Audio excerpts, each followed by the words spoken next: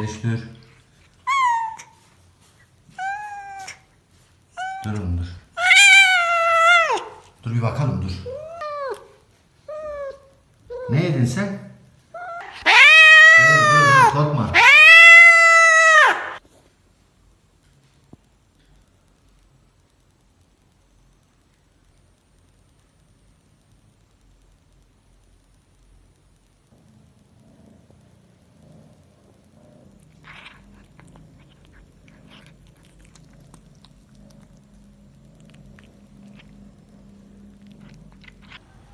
Herkese merhabalar arkadaşlar. Biraz önce izlediğiniz Behlül'ün fragman gibi bir videosuydu. Şu an için odanın içinde diğer kardeşinin yanında, bıdığın yanında yatıyor. Neyse ki şu an sakinleşti. Cımbızlan ağzının içinden diş etine batan kılçık parçasını çıkardım. Rahatladı. Dediğim gibi şu an için her şey yolunda, sakin. Bayağı bir kötü durumdaydı. Kılçığın 2/3'ü neredeyse diş etinden içeriye doğru girmiş. Ucundan Allah'tan çok küçük bir parça görünüyordu da fark edip çıkardım. Biraz da izin veren bir kedi olduğu için, bu kedi Behlül değil de başka bir kedi olsaydı, izin vermeyen kedilerden biri, çıkarırken bayağı bir problem yaşayabilirdim. Neyse ki Behlül'e denk gelmiş. Tabi Behlül biraz pis boğaz olduğu için her türlü şeyi yemeye çalışıyor. Her zamanki gibi yazın başlarında da ilkbahar ve yaz aylarında biliyorsunuz şu pisi pisi otları denen illet bir ot var. Sürekli o otlardan batıyordu. Cımbızla çekip çıkarıyordum. Bu kez de kılçığa denk gelmiş. Geçen hafta pazar günü içeride balık kafası vardı. Bu kimse belli ki aynı kişi yine kedilere balık vermeye çalışmış. Yani yemediği kısımları çöpe atmış. Şu köşesi belli olan 3 katlı bir bina var. Oranın alt katına birkaç ay önce yeni birileri taşınmış. Bir iki tane küçük çocuğu var.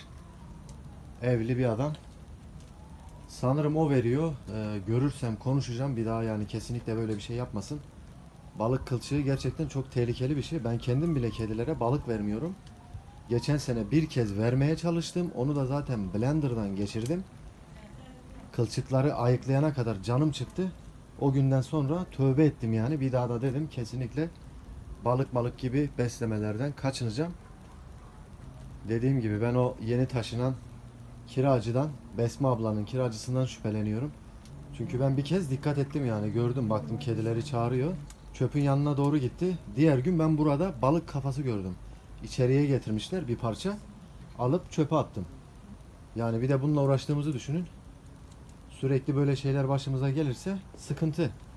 Allah'tan Hilmi'yi, Boncuğu, bir de Edi'yi, yakışıklı da vardı, evet yakışıklıyı, bıdığın yanına koydum gece. Kilitleyip o şekilde gittim.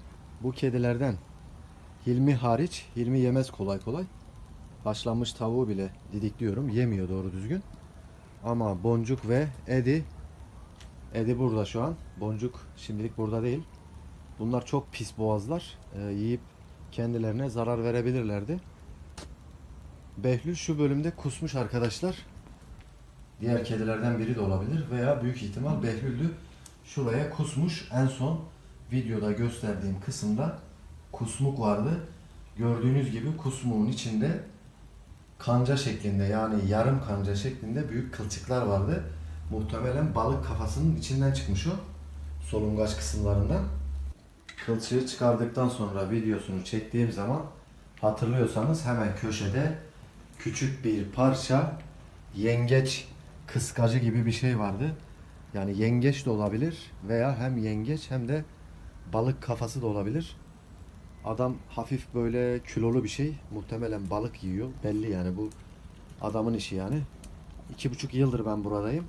Şu ana kadar böyle bir problemle kesinlikle ben karşılaşmadım.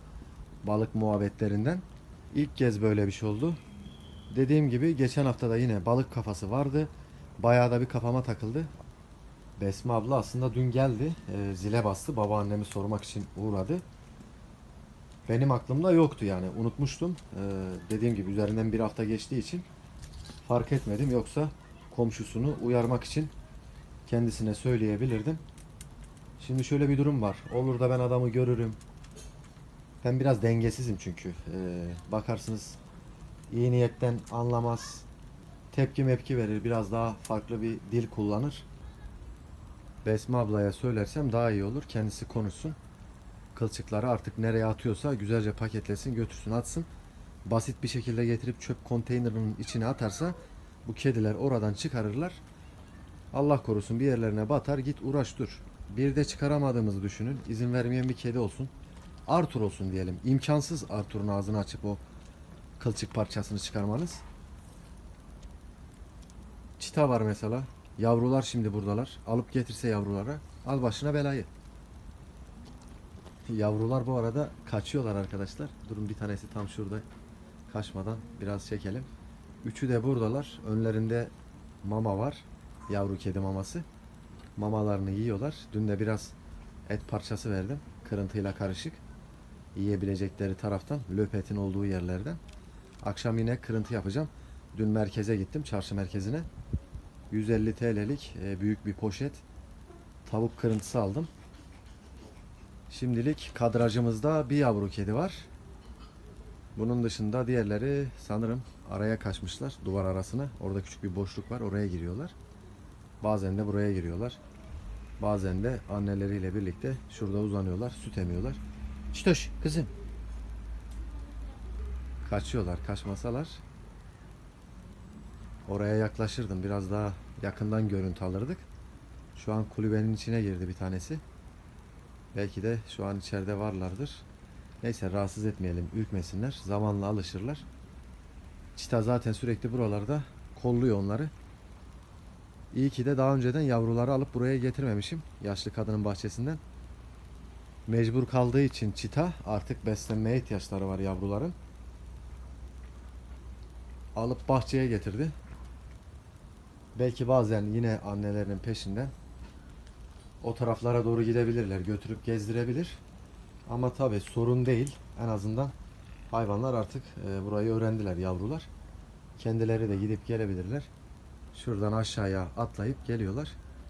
Sırık dayamışım zaten ben bahçe duvarına. Oradan tırmanıp çıkıyorlar. Şu gördüğünüz yeşil hortumu da sırığa bağlamışım kimse çalmasın diye. Adamların balkonundan çık. Gel buraya. Hadi yana. Geçen gün ne oldu biliyor musunuz? Anlatayım hemen size. Ben evin balkonundaydım. Tam şu köşede, yukarıda, kabinin olduğu yerde, kombi kabininin. Bir tane köpek geldi. Bazen gelenler oluyor. Tavuk kırıntılarının kedilerden kalan kısımları oluyor. Bazen büyük parçaları bu tarafa doğru atıyorum. Olur da köpek möpek geçerse yesin diye şu bölgelere atıyorum. O gün yine burada bir köpek vardı. Şöyle şuralarda dolaşıyor. Bulduğu tavuk kırıntılarını yiyordu. Ekmek atmak istedim. Bir parça dedim atayım, bakayım yiyecek mi yemeyecek mi. Neyse, küçük bir parça attım. Ekmeği yedi. Yediği için ben de devamını getirmek istedim. Tekrar içeriye girdim. Birkaç parça daha ekmek aldım. Attım aşağıya. Safinaz geldi şuraya, duvarın üzerine çıktı. Ne attığımı görmek için merak ediyor.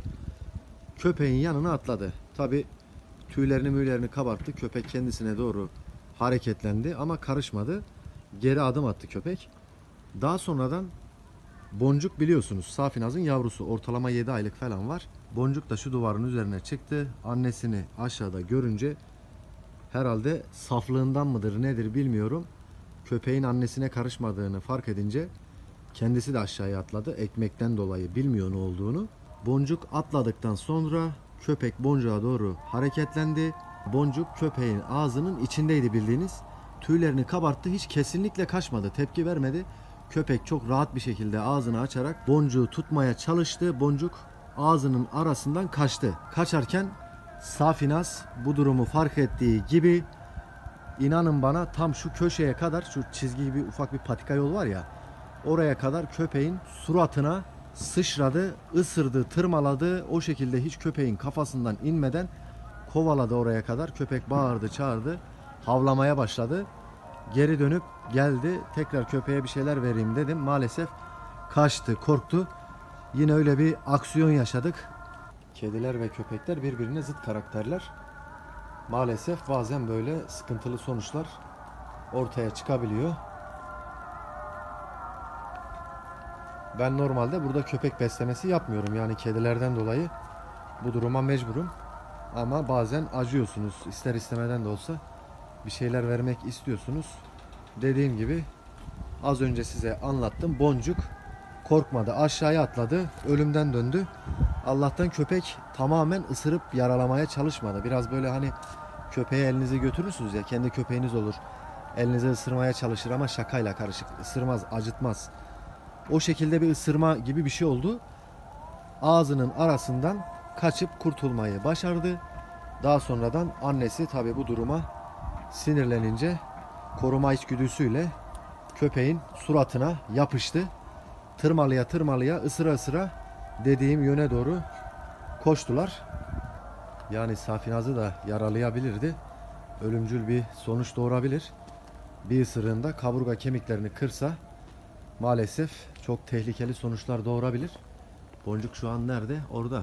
Çağırayım gelsin. Boncuk! Boncuk! Boncuk! Boncuk! Gel!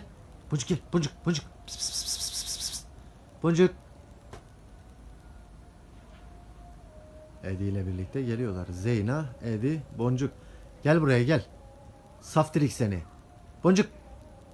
Tabii daha sonradan ben aşağıya indim. Yine bir bakayım dedim bir şey var mı diye. Boncuk zaten o olaydan sonra hemen koşmuş. Şu oradan yani şu bölgeden dolanıp buraya doğru geldi. Ben balkondan yine gördüm yani durumu iyiydi. Tekrar aşağıya gelip kontrol ettim. Herhangi bir sorun yoktu. Ucuz atlattık yani. Çitoş.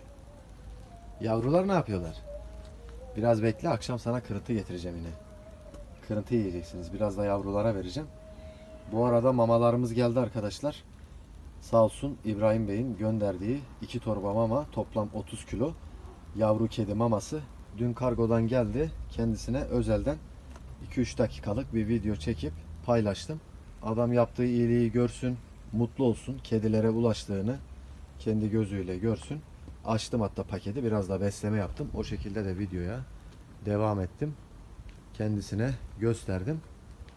İbrahim Bey toplamda 2375 TL'lik mama desteğinde bulundu. Mamalarımız kargolandı. Elimize ulaştı.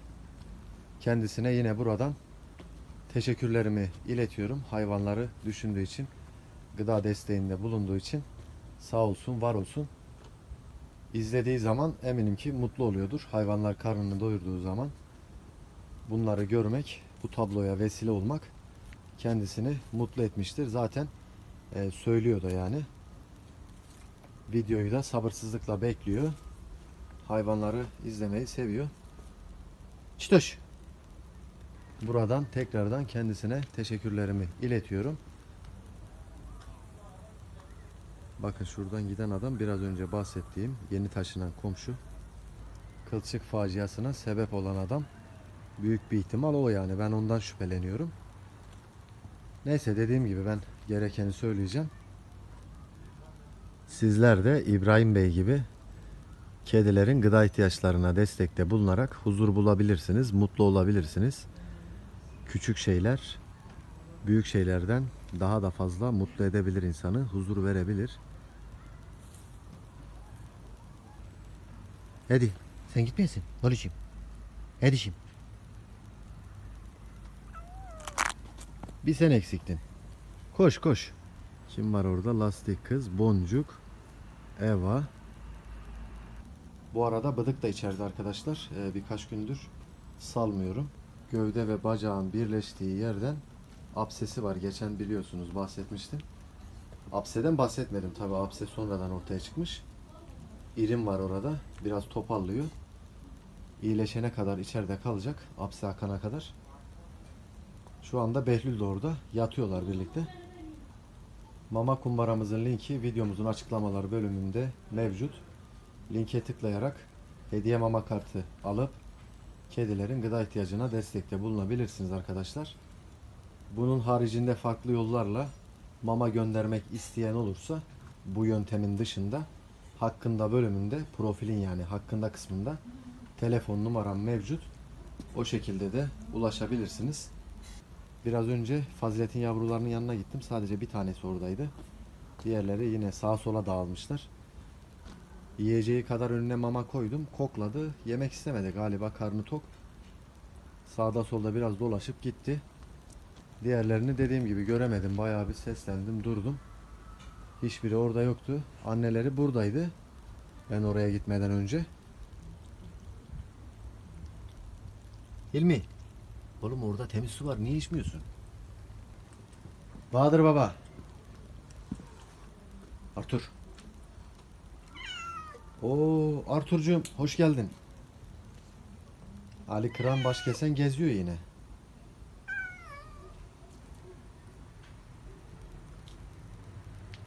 Artur. Boncuk. Balkona bakıyorlar. Bak bak bak bak. Sürekli buradan yukarıya çıkıyor balkona. Başımızın belası. Bir yerini kıracak, başka bir şey değil. Şuradan da çıkıyorlar. Ariana, Artur, bir de Çita.